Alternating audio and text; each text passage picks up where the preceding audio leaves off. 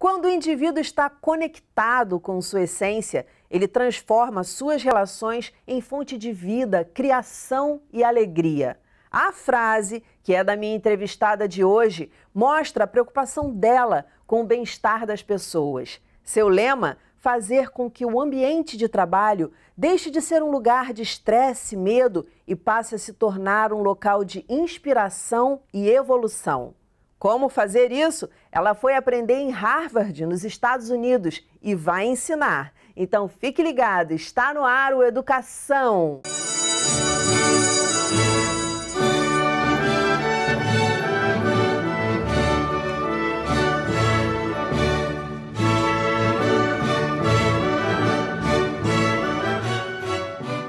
Minha convidada é administradora, tem especialização em finanças, mestre em economia e sustentabilidade pela Universidade Federal do Rio de Janeiro, a UFRJ, mestre em saúde pública pela Universidade de Harvard, nos Estados Unidos, pesquisou populações no Brasil, China, Camboja, Moçambique, Malawi, México e Sri Lanka. Eu vou aprender com Heloísa Jardim. Heloísa, muito bem-vinda ao programa Tanta Coisa Você Tem para Ensinar. 28 minutos vai ser um espaço de tempo bem pequeno pra gente, mas vamos lá, vamos ao que interessa. Vamos aprender juntas. Vamos ao que interessa. Um prazer. Eu sei que você, lá na infância, aprendeu balé. E uma coisa que me chamou muita atenção é que você fala que, e realmente eu fiz um pouquinho balé. Que você aprendeu a ser uma pessoa disciplinada e ter leveza. E aí a gente pensa, puxa vida, disciplina e leveza, como conjugar isso? E aí, com a palavra...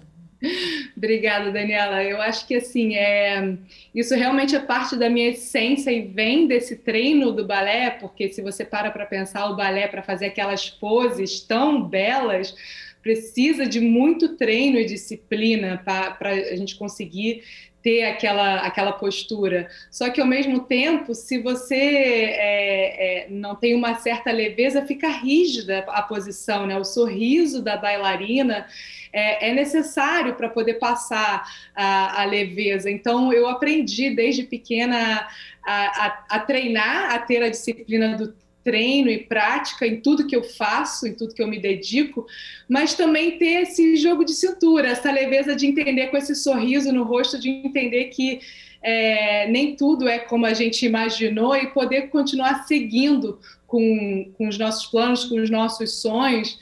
É necessário para mim ter essa leveza, assim. Pois é, porque é uma coisa difícil, né? O treino requer resistência e resistência exige um esforço. Então, como trazer alegria para aquele momento de esforço, né? Você se sente, às vezes, exaurido, enfim. E aí, trazer alegria para isso. Porque, claro, que você sabe que aquele esforço lá na frente vai te possibilitar um movimento bacana ou qualquer coisa que você esteja buscando dentro do seu treino. Seja ele físico, seja ele, enfim, em qualquer aspecto. Mas como naquele momento do olho do furacão, em que você está cansado, em que muitas vezes você é obrigado a fazer coisas que vão te levar àquele caminho que você quer, mas que não são tão prazerosas. Como fazer isso, Elô? Eu acho que, para mim, o que eu aprendi com a minha vida, com a minha experiência toda, foi entender onde eu quero chegar. Qual é o meu sonho? Para onde que eu estou indo com aquilo? E aí eu gosto muito de trazer a corrida, porque a corrida me ensinou muito sobre isso. E eu comecei a treinar já há um tempo para maratona. E quando você está treinando para maratona, você sabe que você tem aquele objetivo lá na frente, daqui a uns 6 meses. Só que para você chegar lá, você tem que todo dia se dedicar um pouco. E assim, durante vários treinos, não foram fáceis, treinei no sol muito quente, teve dias que eu quis desistir. Então, só que o que me fazia continuar indo nos dias que o treino não era fácil, não era bom, é saber que eu tinha algum sonho que eu queria chegar, né? Então, isso eu acabo usando para tudo na minha vida. Com o meu trabalho, eu tenho também... Tem dias que são difíceis, ou uma reunião que não deu certo, ou um plano que não deu certo, ou uma interação que não era bem aquilo que eu tinha imaginado. mas quando eu dou um passo para trás e consigo entender como aquilo se encaixa nos sonhos, né? Por isso que eu falo tanto essa frase que você falou no começo, assim, se a gente entende a nossa essência, isso é uma visão de onde a gente quer chegar também. E aí essas pedras, vamos dizer assim, ou essas dificuldades acabam sendo uma oportunidade de a gente aprender e não se desencorajar, né? E aí eu vou mais fundo no nosso papo filosófico, que é quando a gente fala em conexão, eu lembro logo do budismo, lembro de meditação, eu tenho meditado muito, e tem a questão da impermanência da vida, né? Da gente entender que a gente está aqui, pode não estar amanhã, e que a vida também, há mudanças na vida, que nem tudo a gente controla. E aí eu jogo mais esse tema para dentro desse caldeirão que a gente está conversando. Como lidar com tudo isso, porque você pode estar treinando para alguma coisa que efetivamente não vai acontecer porque o futuro foge ao controle. Sim. Como é que se lida com isso? Sim.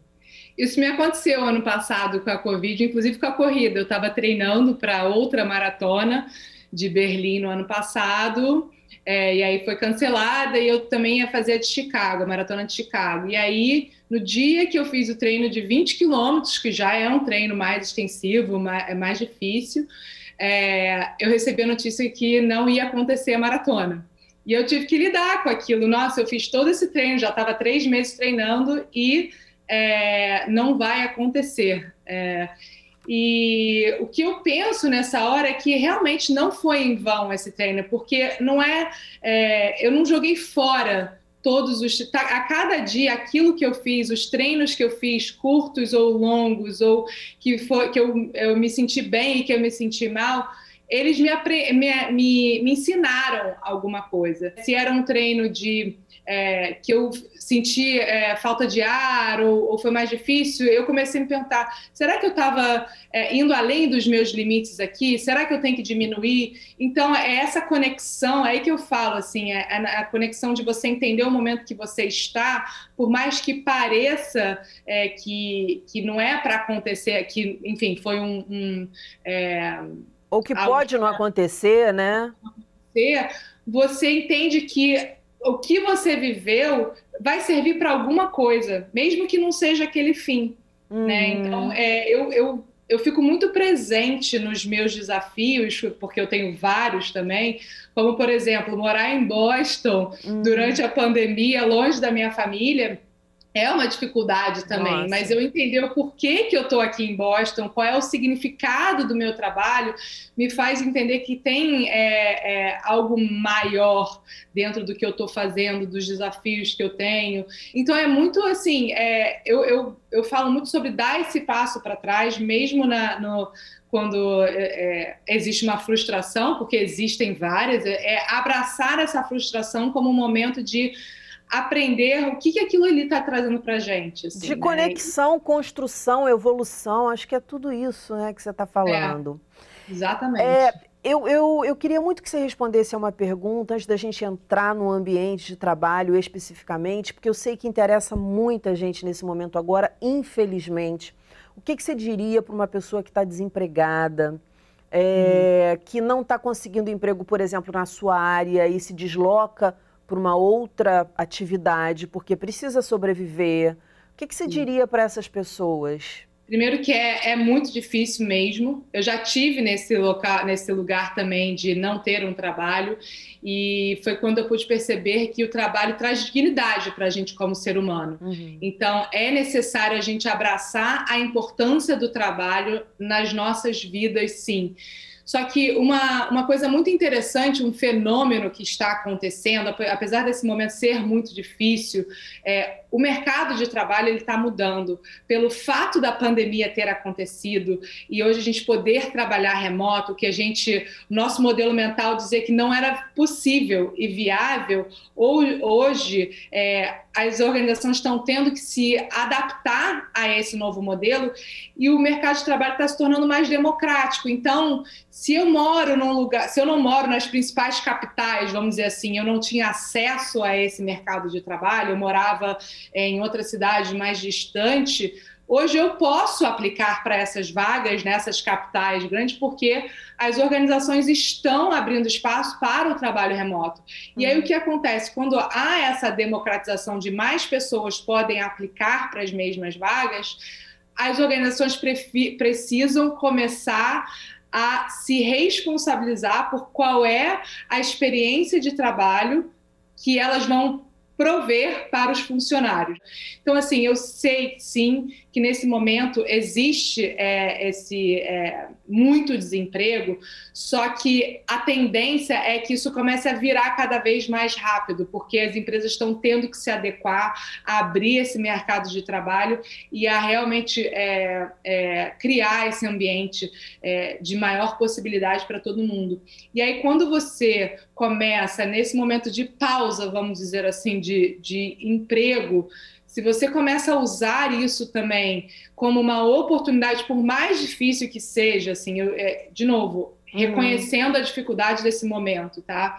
Mas por mais difícil que seja, se você conseguir usar esse momento para se perguntar, eu estou mesmo alinhado com a minha essência, eu estou mesmo trabalhando naquilo que eu tenho paixão, naquilo que aquilo que me incomoda no mundo. Então, começa a ser um momento de parar e perguntar o que me incomoda no mundo? O que eu sou bom de fazer? E como é que eu posso usar esse meu talento para resolver algum problema do mundo? Porque existem vários problemas no nosso mundo, né? E a gente precisa do talento de todo mundo.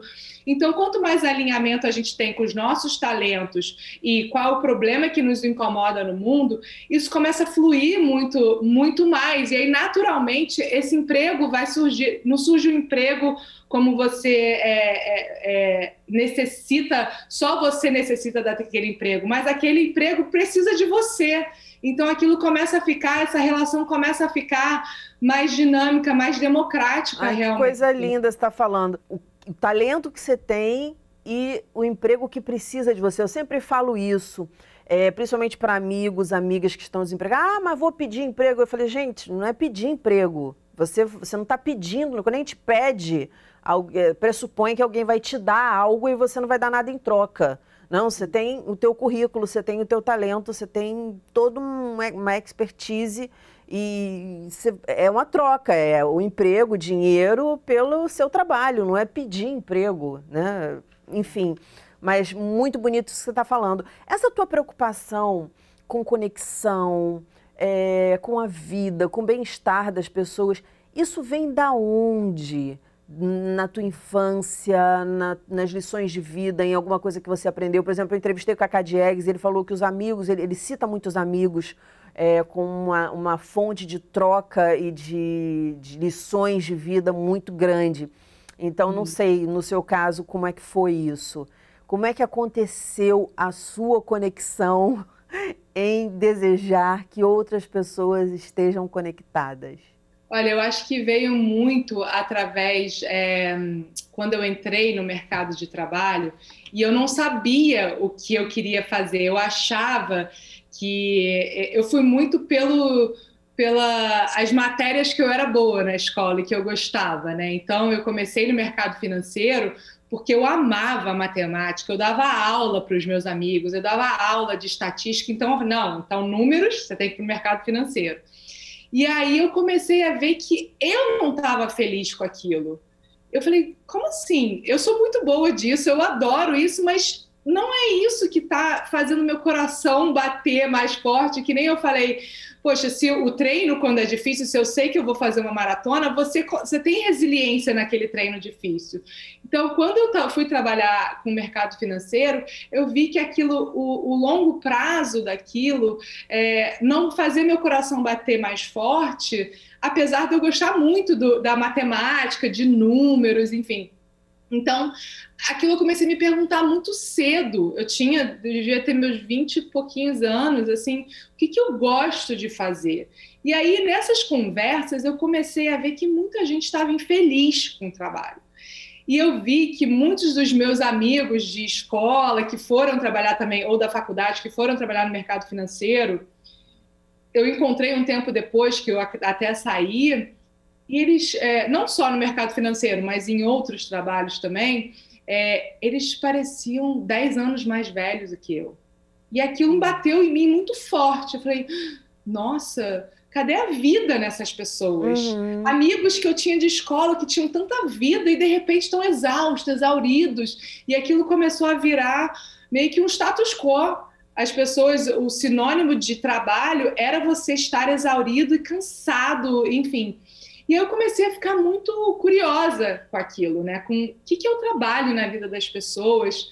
E aí eu acabei indo trabalhar com sustentabilidade.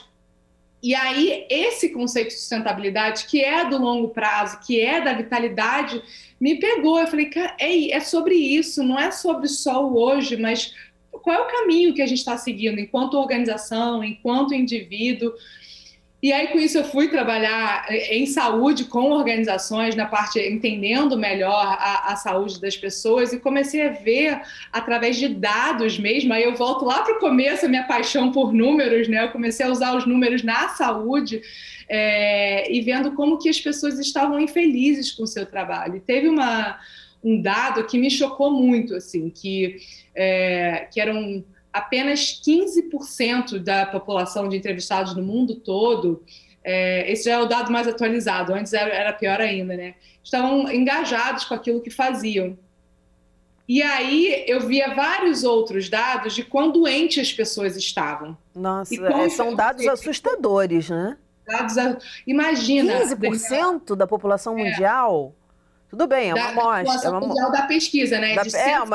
É uma amostragem, mas... Essa enfim. pesquisa foi feita em 155 países, ou seja, dessa população, 85% não está engajada com o que faz.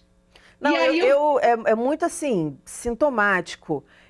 Quando eu escrevo, eu também penso nisso.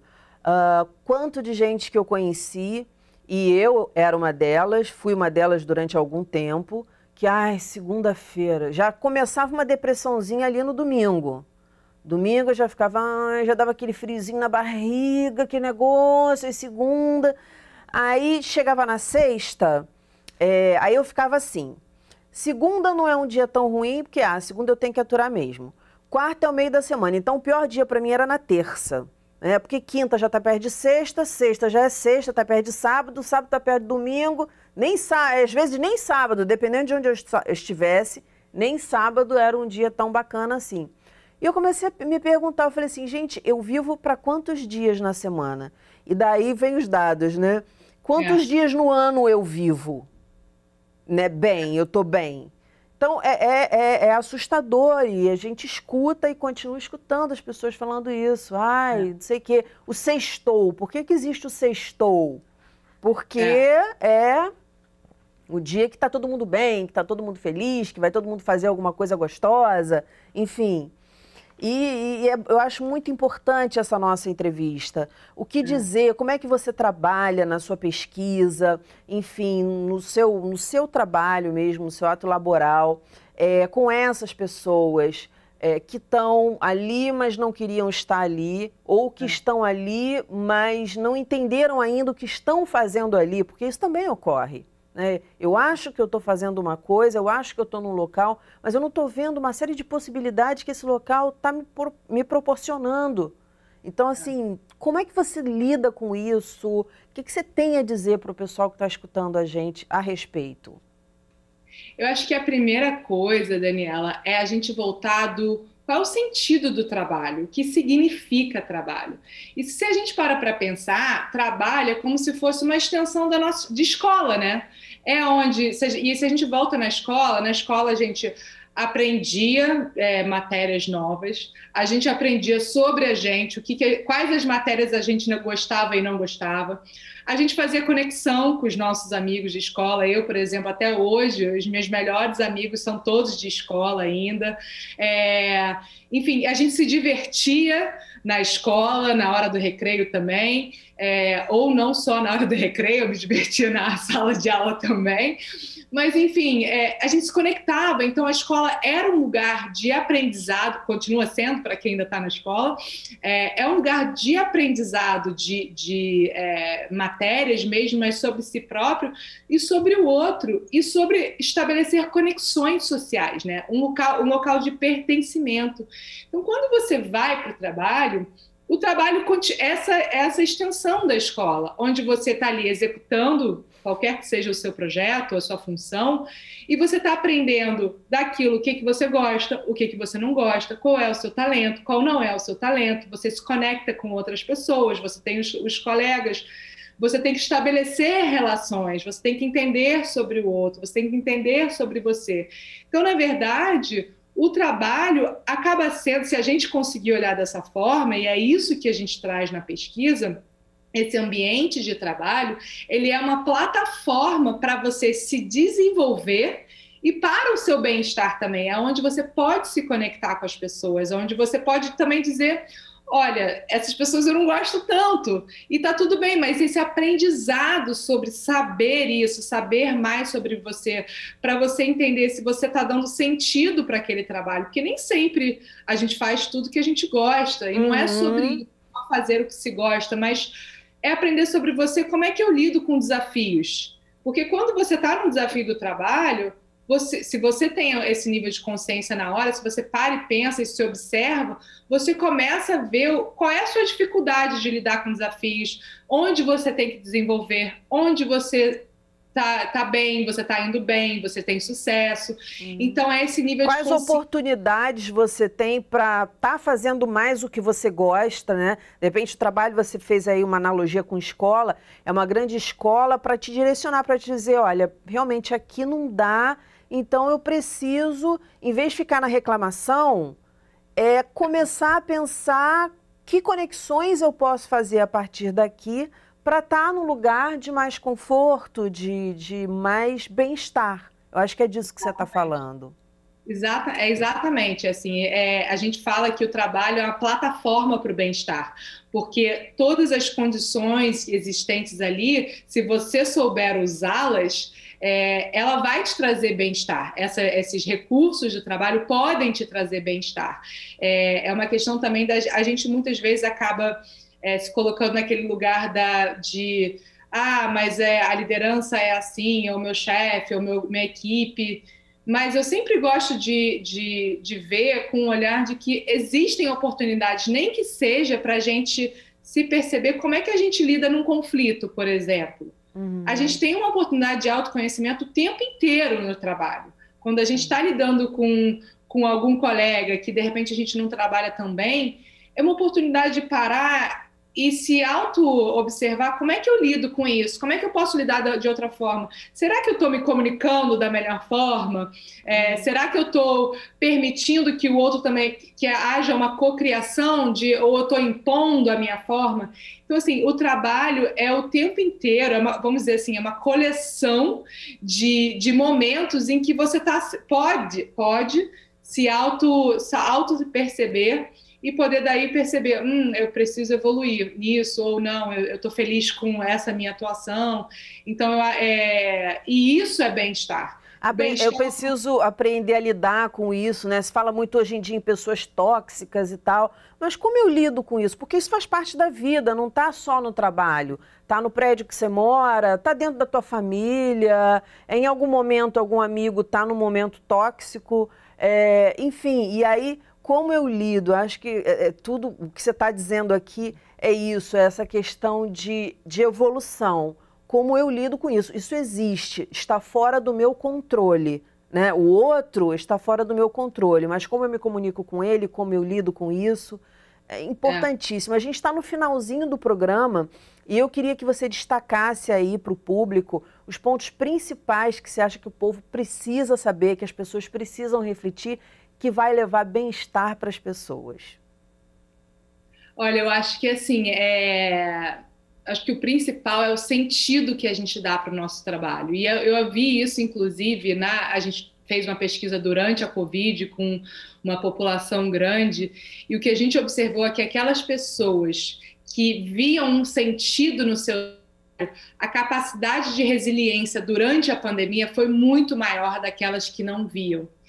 E essa capacidade e essa possibilidade de ver um sentido no trabalho não depende do outro, depende da gente. são essas perguntas que a gente se faz, é a gente se auto-observar. Porque eu, por exemplo, trabalho num lugar, no mundo acadêmico, então as pessoas pensam, só gente séria o tempo inteiro, né, de repente rígida, e eu sou muito brincalhona, eu trago a leveza da bailarina, né, e eu sou muito disciplinada no meu trabalho, mas em todas as reuniões que eu tenho com a minha equipe, eu sempre começo a reunião com um momento de leveza. Eu faço uma pergunta, por exemplo, eu trago isso para a gente poder se reunir junto, algo que a gente se conheça mais. Então, eu, Heloísa, pude trazer algo meu que eu gosto de fazer, que dá sentido para mim, para um espaço que eu estou com outras pessoas. E isso não custa muito, não é tanto esforço, mas a gente precisa antes entender o que tem sentido para a gente. No momento que a gente começa a entender o que tem sentido para a gente, inclusive eu vou dar um workshop em Harvard sobre isso para mais colegas, porque no momento que a gente começa a entender o que tem sentido para a gente, todas essas relações tóxicas ou não, elas começam a ficar mais leves, porque passa a ser mais sobre a gente está conectado, centrado nessa essência do que sobre o outro. Né? O outro a gente não tem controle sobre o outro, nunca, jamais sobre resultados, a gente tem controle sobre o esforço que a gente coloca em tudo aquilo que a gente faz, né? Então, para mim é sobre isso, qual é o significado e a disciplina, o esforço, o amor, a paixão que a gente coloca no trabalho que a gente faz, e isso naturalmente acaba trazendo mais bem-estar para a gente mesmo. Coisas que eu queria falar agora no finalzinho do programa, que a psicanálise fala disso, né? O que te incomoda no outro é porque está dentro de você, porque senão para você seria indiferente. Outra coisa, muito obrigada, Heloísa Jardim. Eu acho que você ganhou o nome certo, porque conversar com você é essa coisa de se sentir arejado, de se sentir num lugar legal. Muito bacana, aprendi muito contigo. Muito obrigada, Heloísa. Obrigada a você, Daniela, pela oportunidade. Estou muito feliz de estar aqui e poder compartilhar essa oportunidade de a gente enxergar o nosso trabalho de um olhar diferente. Quem quiser conhecer mais o seu trabalho, como é que te acha? Então, eu tenho o meu Instagram, que eu tenho usado cada vez mais para falar sobre isso, é Elo Jardim. E o meu LinkedIn, Heloísa Jardim, também é fácil de me encontrar lá. Eu tenho escrito cada vez mais no LinkedIn para a gente poder ter essas conversas mais honestas e mais gostosas sobre qual é o sentido do trabalho para a gente e como isso pode gerar mais bem-estar. E se você está aí em casa pensando, isso tem besteira, negócio de conexão, eu tenho que pensar aqui na conta que eu tenho que pagar. Olha, gente, experiência própria. Vai na da Elo, procura Elo. Elo, beijo, obrigada, parabéns, sucesso no seu trabalho. O nosso programa fica por aqui. Na segunda-feira que vem tem muito mais, às 9 horas da noite. Educação, se você não se envolver, não cola. Saúde, saúde, saúde e até lá!